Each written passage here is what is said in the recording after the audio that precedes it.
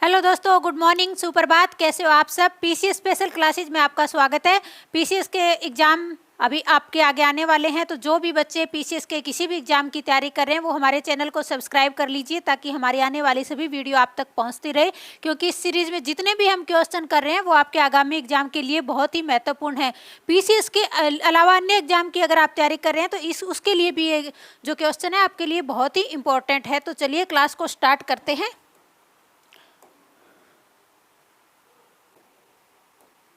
First question देख लीजिए, निम्न में से हिमालयी नदियों के बारे में कौन सा कथन सही नहीं है? कौन सा कथन सही नहीं है? मैं बार बार कहती हूँ कि आपको यहाँ पे अच्छे से ध्यान रखना है, कौन सा कथन सही है, कौन सा गलत है, कौन सा सत्य है, कौन सा असत्य है। पहला देख लीजिए, इन नदियों में जल की मात्रा वर्षा या मानसून पर निर्भर करती है। दूसरा है, इनकी द्रोणी विशाल होती है। तीसरा है, यह नदियाँ गहरी घाटियाँ और गार्ज का निर्माण करती है। चौथा है, यह नदियाँ नौगम्य होती है। तो इसका कौन सा ऑप्शन सही हो जाएगा?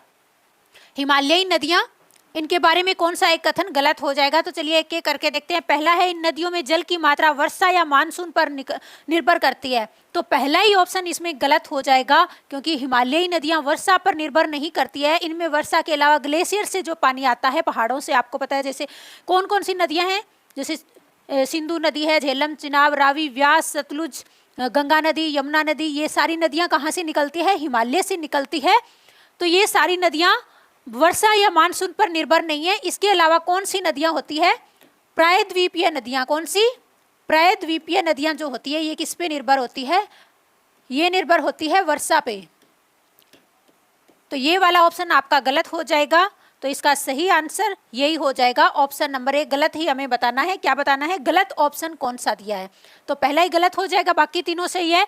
इनकी द्रोणी विशाल होती है, ये नदियां गहरी घाटियां और गार्ज का निर्माण करती है। ये आपको पता है कि गहरी घाटियां और गार्ज का निर्माण करती है। ये नदियां नौगम्य होती है, ये भी एकदम सही है।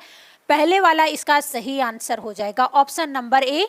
हिमालय नदियों के बारे में ये कथन जो है पहला, ये गलत है, क्योंकि नदियों में जल की मात्रा वर्षा या मानसून पर निर्भर न करके ये ग्लेशियर से जो पिघल के, बर्फ पिघल के जो पानी आता है, इससे सदानीरा नदियां हैं, यानी हमेशा बहने वाली नदियां हैं। नेक्स्ट आपका क्वेश्चन हो जाएगा, सिंधु नदी में बाईं ओर से मिलने वाली 5 नदियों में या पंचनद, जो बाईं ओर से 5 नदियां मिलती है उनको क्या बोलते हैं? पंचनद। उनमें कौन सी नदी शामिल नहीं है? सिंधु नदी कहाँ से निकलती है? तो ये निकलती है तिब्बत के मानसरोवर झील से। कहाँ से? तिब्बत से निकलती है ये। तिब्बत में मानसरोवर झील के पास कौन से ग्लेशियर से निकलती है? चेमायुंगडुंग ग्लेशियर से निकलती है। तिब्बत के अंदर मानसरोवर झील के पास चेमायुंगडुंग ग्लेशियर से निकलती है कौन सी नदी? सिंधु नदी। हमें बताना है सिंधु नदी में बाईं ओर से। तो सिंधु नदी जब तिब्बत से निकल के इस तरह से बहती है, तो इस तरह से बहेगी, तो बाईं ओर साइड कौन सी हो जाएगी? ये वाली। ये वाली बाईं साइड हो जाएगी, ये वाली हो जाएगी दाईं साइड।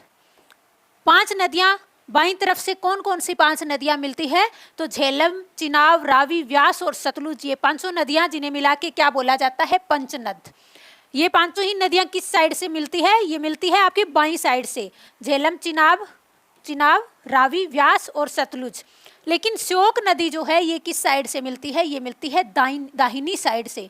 किस साइड से? ये सियाचिन ग्लेशियर के पास नुब्रा घाटी से निकलती है कौन सी नदी? श्योक नदी। और ये किस तरफ से मिलेगी? दाहिनी तरफ से।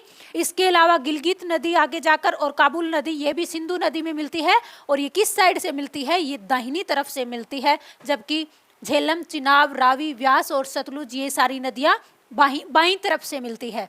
तो इसका सही आंसर हो जाएगा ऑप्शन नंबर बी। कौन सा सही आंसर हो जाएगा? ऑप्शन नंबर बी सही आंसर हो जाएगा। नेक्स्ट हमारा क्वेश्चन है, निम्न में से कौन सा कथन सत्य है? सही कथन बताना है। पहले इसके स्टेटमेंट देख लेते हैं। पहला स्टेटमेंट है, झेलम चिनाब की सहायक नदी है। दूसरा है, इसका उद्गम स्थल शेषनाग झील है। तीसरा है, इस पर तुलबुल परियोजना चलाई जा रही है। तो कौन सा इसमें से सही आंसर हो जाएगा? पहला है केवल 1 और 2, दूसरा है 1, 2 और 3, तीसरा है केवल 2 और 3, चौथा है केवल 1 और 3। क्वेश्चन नंबर तीसरा जो है इसका आप सही आंसर बताएंगे। तो पहले वाला स्टेटमेंट देख लीजिए, झेलम चिनाब की सहायक नदी है, ये एकदम सही है।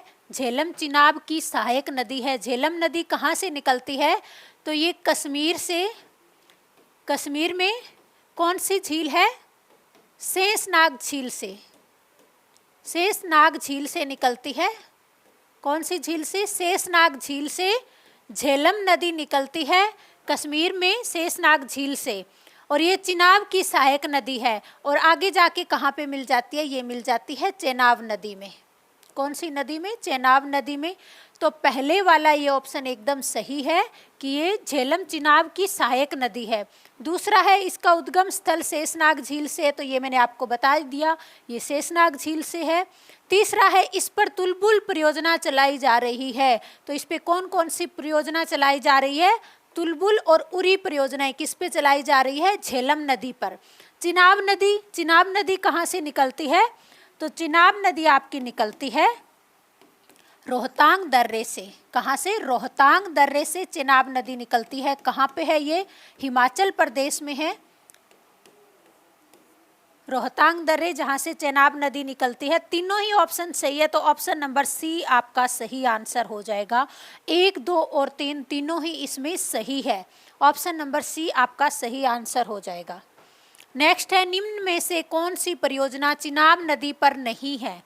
इनमें से कौन सी परियोजना है जो चिनाब नदी पर नहीं है? पहला है सलाल परियोजना, दूसरा है बगलिहार परियोजना, तीसरा है दुलहस्ती परियोजना, चौथा डी है पोंग परियोजना। कौन सी परियोजना है जो चेनाब नदी पर नहीं है? सलाल परियोजना, ये भी चेनाब नदी पर है। बगलिहार परियोजना चेनाब नदी पर है। दुलहस्ती परियोजना चेनाब नदी पर है। पोंग परियोजना ये किस नदी पर है? व्यास नदी पर। कौन सी नदी पे है? व्यास नदी पर। किस लिए बनाई गई है? तो जो इंदिरा गांधी नहर है, इंदिरा गांधी नहर में जलापूर्ति के लिए पोंग बांध का निर्माण किया गया है। किसका निर्माण किया गया है? पोंग बांध का। कौन सी नहर में? इंदिरा गांधी नहर में। और विश्व की सबसे लंबी नहर है ये। क्या है?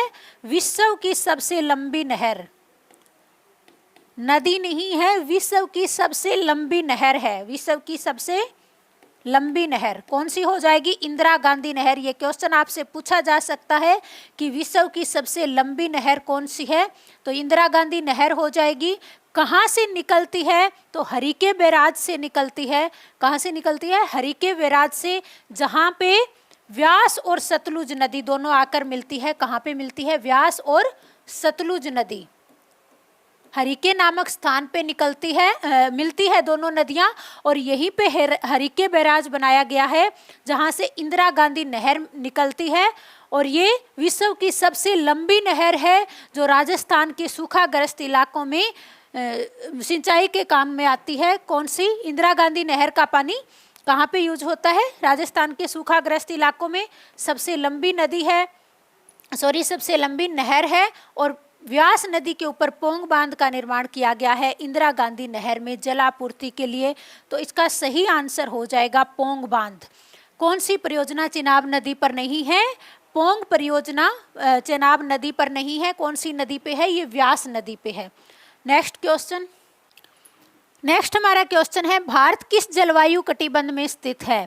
भारत जो है कौन से जलवायु कटिबंध में स्थित है? ऑप्शन देख लीजिए, केवल शीतोष्ण कटिबंध में, ऑप्शन बी है केवल उष्ण कटिबंध में, ऑप्शन सी है शीतोष्ण और उष्ण दोनों कटिबंधों में, ऑप्शन डी है उपयुक्त में से कोई नहीं।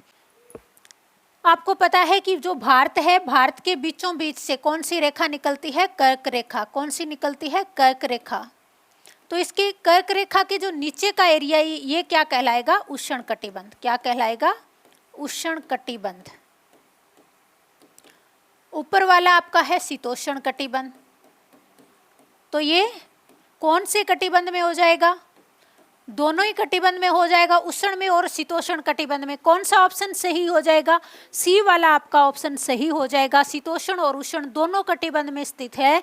कौन? भारत। कौन से कटिबंध में है? शीतोष्ण और उष्ण दोनों ही कटिबंध में है, क्योंकि कर्क रेखा इसके बीचों बीच से निकलती है। ऑप्शन नंबर सी वाला आपका सही आंसर हो जाएगा। नेक्स्ट है, सोम और जाखड़ किसकी सहायक नदियां हैं? सोम और जाखड़ जो नदियां हैं ये कौन सी नदी की सहायक नदियां हैं? ऑप्शन ए है नर्मदा, ऑप्शन बी है ताप्ती, ऑप्शन सी है माही और ऑप्शन डी है चंबल। तो सोम और जाखड़ किसकी सहायक नदियां हो जाएगी? ये हो जाएगी माही नदी की। माही नदी की सहायक नदियां हैं सोम और जाखड़। माही नदी जो इसके बारे में सबसे ज़्यादा क्वेश्चन पूछा जाता है, कौन सी नदी है जो कर्क रेखा को 2 बार काटती है? तो कौन सी नदी है जो कर्क रेखा को 2 बार काटती है? माही नदी 2 बार काटती है। कहाँ से निकलती है? तो जो विंध्याचल पर्वत है, कौन सा पर्वत? विंध्याचल पर्वत।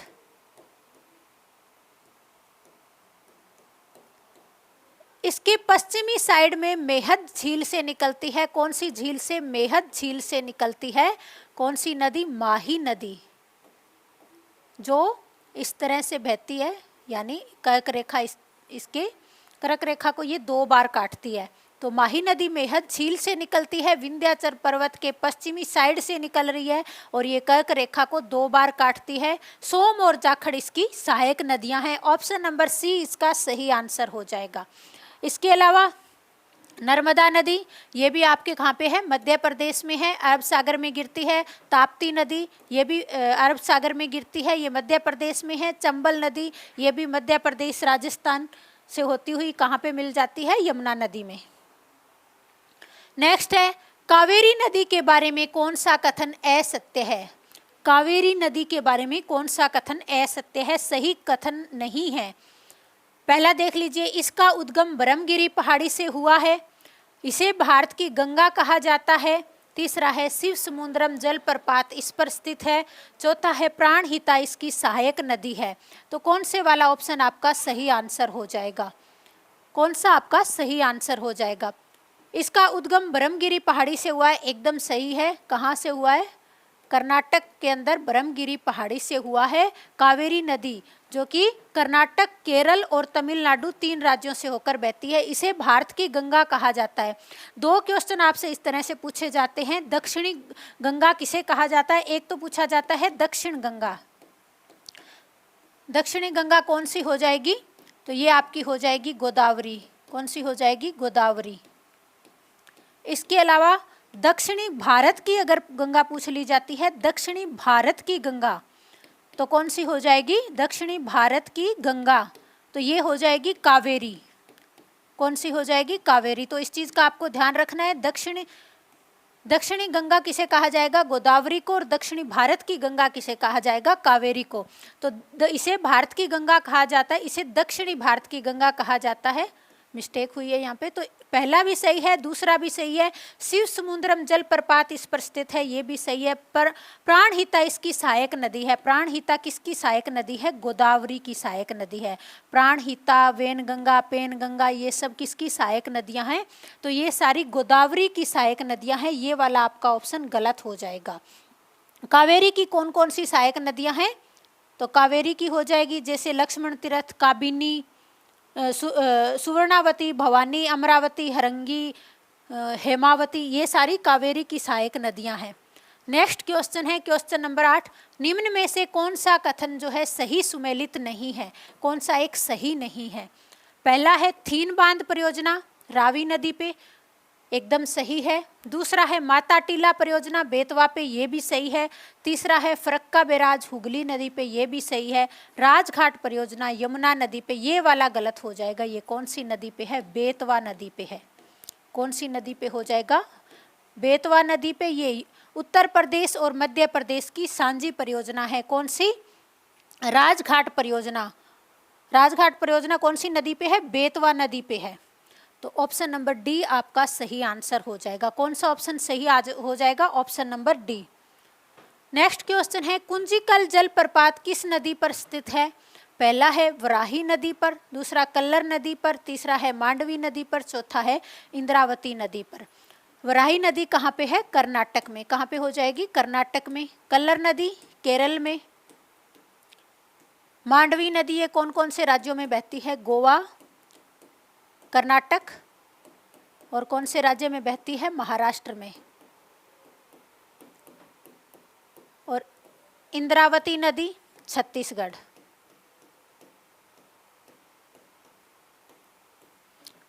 कुंजिकल जलप्रपात ये है वराही नदी के ऊपर स्थित है। भारत का सबसे ऊंचा जलप्रपात 455 मीटर इसकी ऊंचाई है। कितनी है? 455 मीटर भारत का सबसे ऊंचा जलप्रपात है और ये वराही नदी के ऊपर है।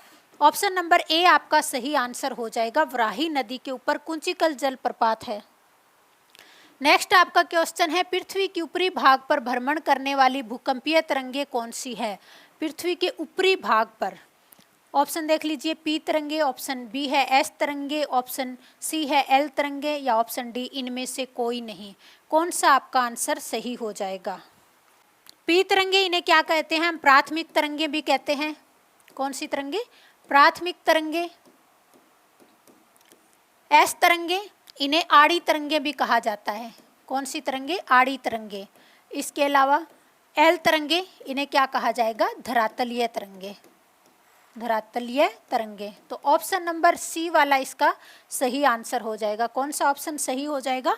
सी वाला इसका सही आंसर हो जाएगा। एल तरंगे जो है, जिन्हें धरातलीय तरंगे भी कहा जाता है, और ये पृथ्वी के ऊपरी भाग पर भ्रमण करने वाली भूकंपीय तरंगे हैं। कौन सी तरंगे? एल तरंगे, जिन्हें धरातलीय तरंगे भी कहा जाता है, और इनका वेग सबसे कम होता है।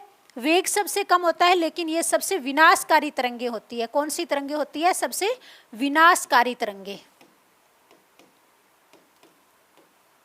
विनाशकारी तरंगे होती है।